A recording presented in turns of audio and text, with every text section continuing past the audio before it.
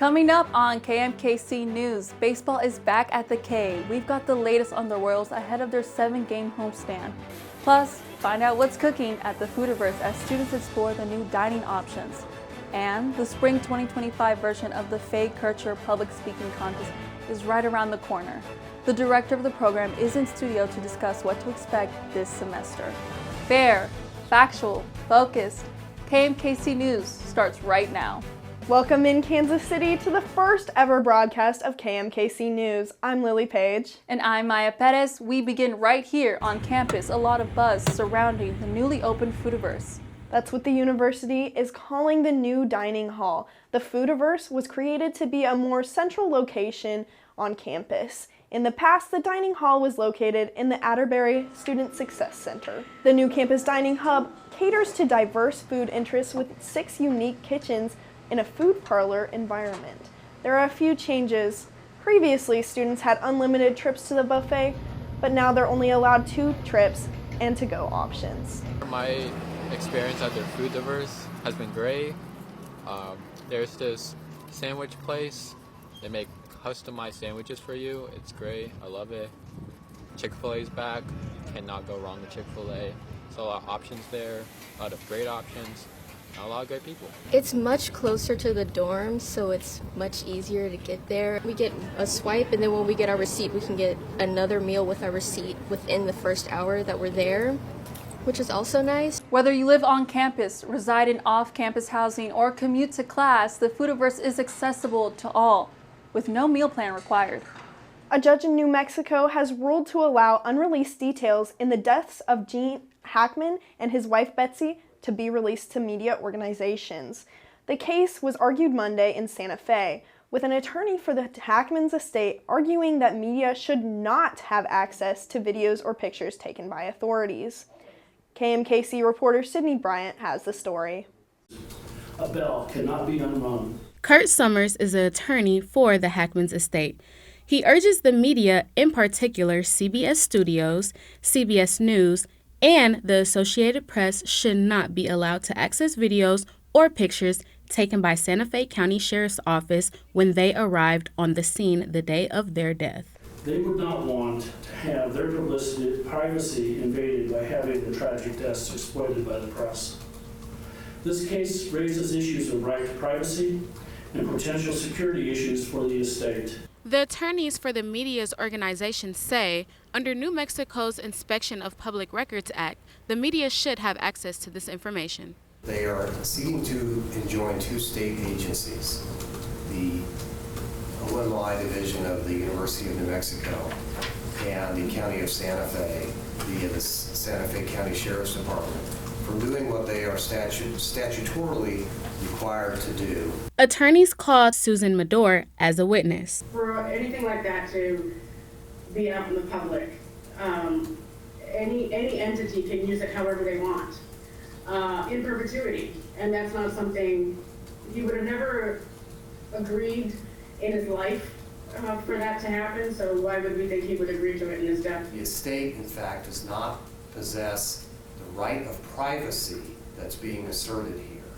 That particular right of privacy does not pass when a person becomes deceased. Sydney Bryant, KMKC News. The judge ruled law enforcement videos and photos will be available by request as long as media organizations blur sensitive images. Switching gears to sports, Emily, what's happening in women's college hoops? Thanks, Maya. And to answer your question, no more perfect brackets remain for the women's NCAA basketball tournament.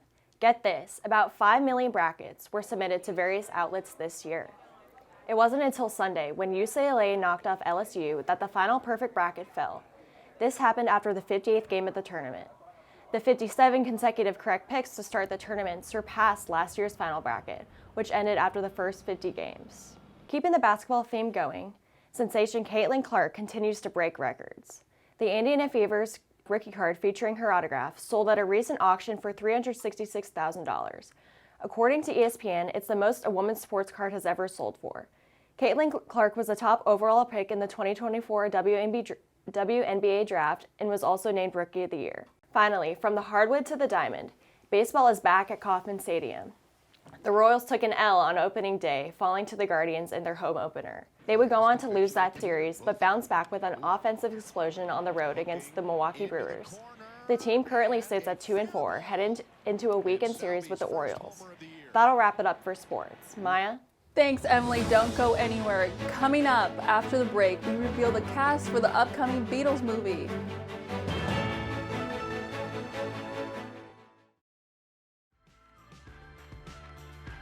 I don't know, I'm just really happy to be a KC Scholar.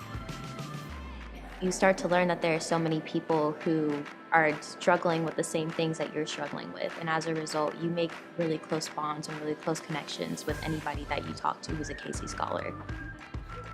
You support each other emotionally, and like, I get to be a part of creating that community, especially at UMKC, and letting them know like, hey, like, I'm a KC Scholar too, you're not alone.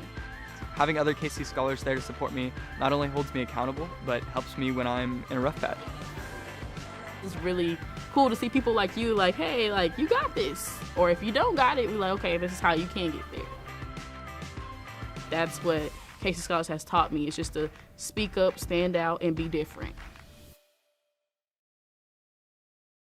Welcome back. Next up, we're taking on Hollywood. Let's toss it to our entertainment host, Layla Stevenson.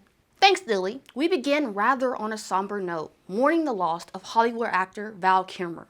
The New York Times report Kilmer died Tuesday of pneumonia. Kilmer started his career over 40 years ago. His big break came when he played the film 1986's Top Gun. He starred in Batman Forever, Tombstones, The Heat. Val Kilmer was 65 years old. 4 separate biopics are in the works of the Beatles, each band member point of view. The casting has been confirmed. According to Sony Pictures Entertainment, Harrison Dickinson, best known for Baby Girl, will play John Lennon. Paul Mescal, who we've seen in Gladiator 2, will play Paul McCartney. Barry Keoghan, famous for Saltburn, will portray Ringo Starr. In Stranger Things, Joseph Quinn will play George Harrison. Oscar-winning director Sam Mendes is set to direct the 4-film cinematic event. No release date yet, but as you can expect, fans are excited. Actor Mark Hamill is honored. A new look at the weekend's Hurry Up Tomorrow. And Dove's Cameron live event is for a good cause. KMKC reporter Adele Maupin has the details. The exhilaration of being recognized this way. I haven't been this speechless since Force Awakens. Another honor for Mark Hamill. The actor has received the Cinema Icon Award at CinemaCon, the annual movie exhibitors convention in Las Vegas. Hamill has 3 films coming out this year: The Long Walk, The Life of Chuck, and the SpongeBob movie, Search for SquarePants. Artist The Weeknd also showed up at CinemaCon to unveil his latest trailer for Hurry Up Tomorrow. Jenna Ortega and Barry Keoghan co-star in the reality-bending drama, which opens next month.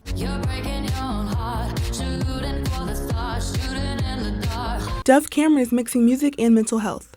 She's headlining a shoppable livestream concert event on her YouTube and Instagram platforms. As Cameron performs songs from her upcoming album, fans can purchase items they see on the set. Proceeds benefit the National Alliance on Mental Illness News. Adele Maupin, KMKC News. It's worth mentioning, Hurry Up Tomorrow hits theaters May 16th. That's the latest in entertainment news. I'm Layla Stevenson. After the break, we switch focus to the Hispanic community in Kansas City. We'll be right back. The Carnegie Foundation notified the University of Missouri-Kansas City that it achieved the coveted Carnegie Research 1 classification for very high research activity, joining a select group of top universities across the nation. Until 2025, Missouri had only 2 R1 universities, MU and Washington University, while Kansas City had none. Now, for the first time, Kansas City has its own R1 university, UMKC. We did it! We are so excited that Kansas City's research university has earned Carnegie R1 status. Our faculty, staff, and students have worked so hard to earn this important classification. From 2018 to 2023, UMKC more than doubled its research expenditures and almost quadrupled total research and sponsored grants. And we are just getting started. The Carnegie R1 designation for UMKC is very important because it is an external validation of our existing excellence. Carnegie is basically the crown at the top that recognizes you as one of the top research universities in the country. UMKC, congratulations, you all rock. This is huge. It's not just huge for UMKC, but it's absolutely massive for Kansas City. And this R1 research status is going to help elevate not just UMKC in its world, but Kansas City in the world as we elevate our brand in so many different ways. With the World Cup coming here, for example, all the companies that we're recruiting, the talent that's moving to Kansas City, this research designation is absolutely critical. Well, the first thing that I have to say is, woohoo! This level of research status really solidifies for us just the strength of our work, the impact of our work, the strength of our collaborative partners across Kansas City and the region, and how together we can really make change and improve lives. It's everything to Kansas City to have an R1 designation. UMKC being an R1 designated university puts us smack in the middle of that innovation that's going to drive economic growth in the Kansas City region and well beyond that. Congratulations on R1 UMKC, Rue up. Hey, we are #1 UMKC, Rue up. Rue up, congratulations UMKC. Congratulations UMKC on your R1 designation. Well done, Ruse. Congratulations UMKC, #1 and Rue up. Congratulations for being R1. Rue up. Rue up. Rue up, baby.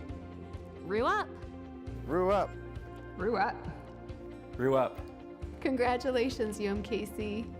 Congratulations, UMKC. Rue up. Congratulations, Rue Nation. Rue up. Congratulations UMKC on your R1 designation. Woo woo!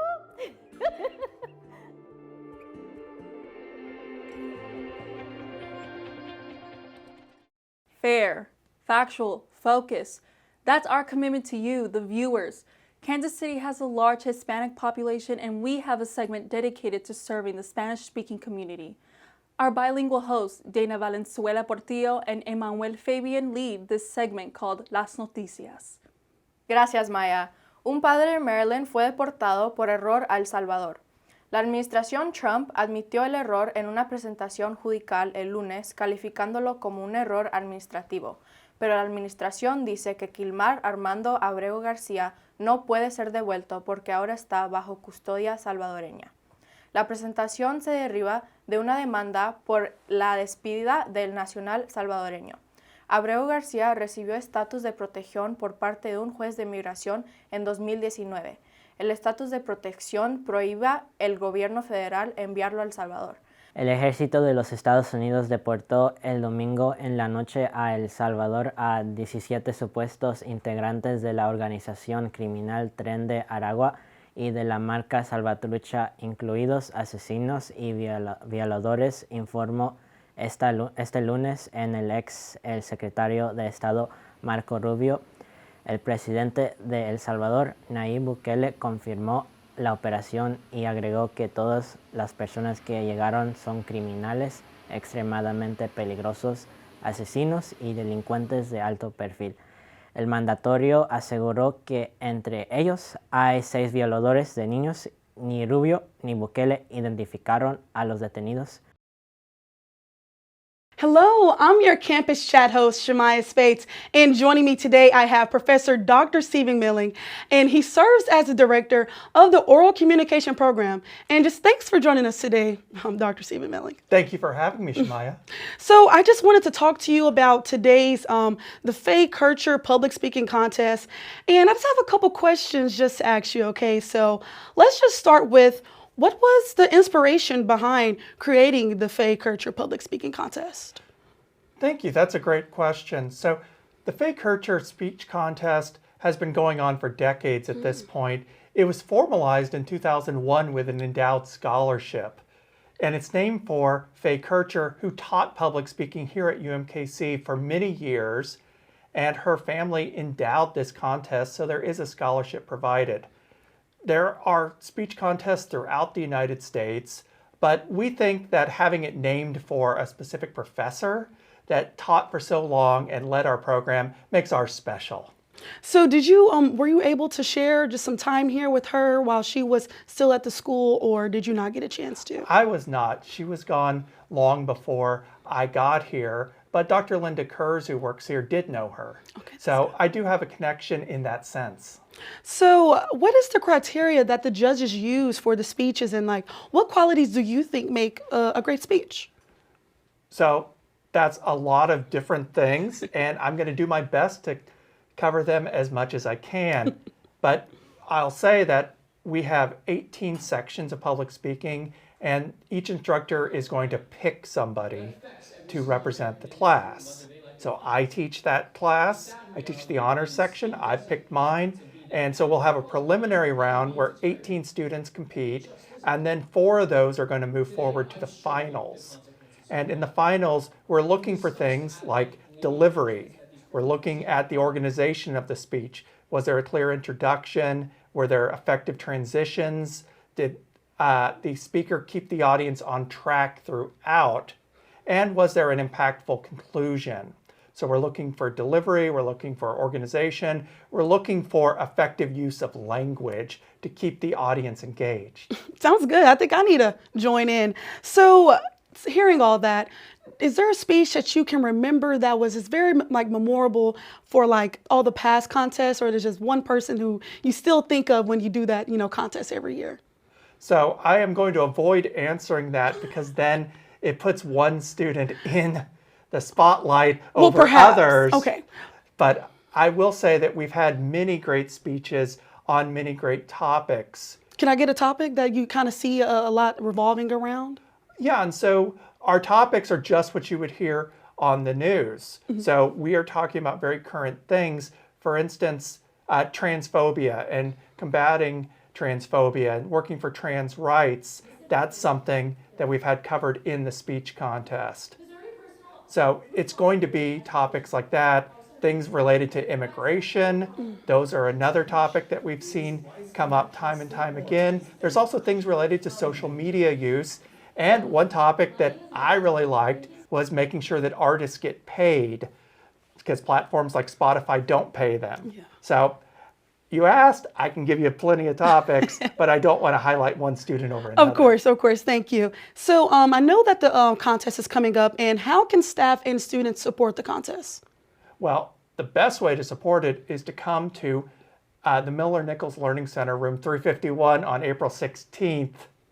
So coming there that night on April 16th, 7 to 8 p.m., or watching on YouTube.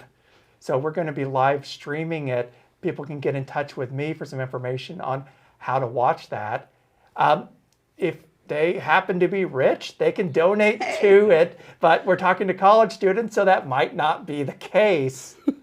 But there's a lot of different ways to get involved. The best one is just to tune in or show up. Well, guys, you heard it here, April 16th in the Miller-Nichols Library, 7 to 8 p.m. And thank you for coming in today, Dr. Professor Stephen Milling. And I'm Shamaya, and thank you.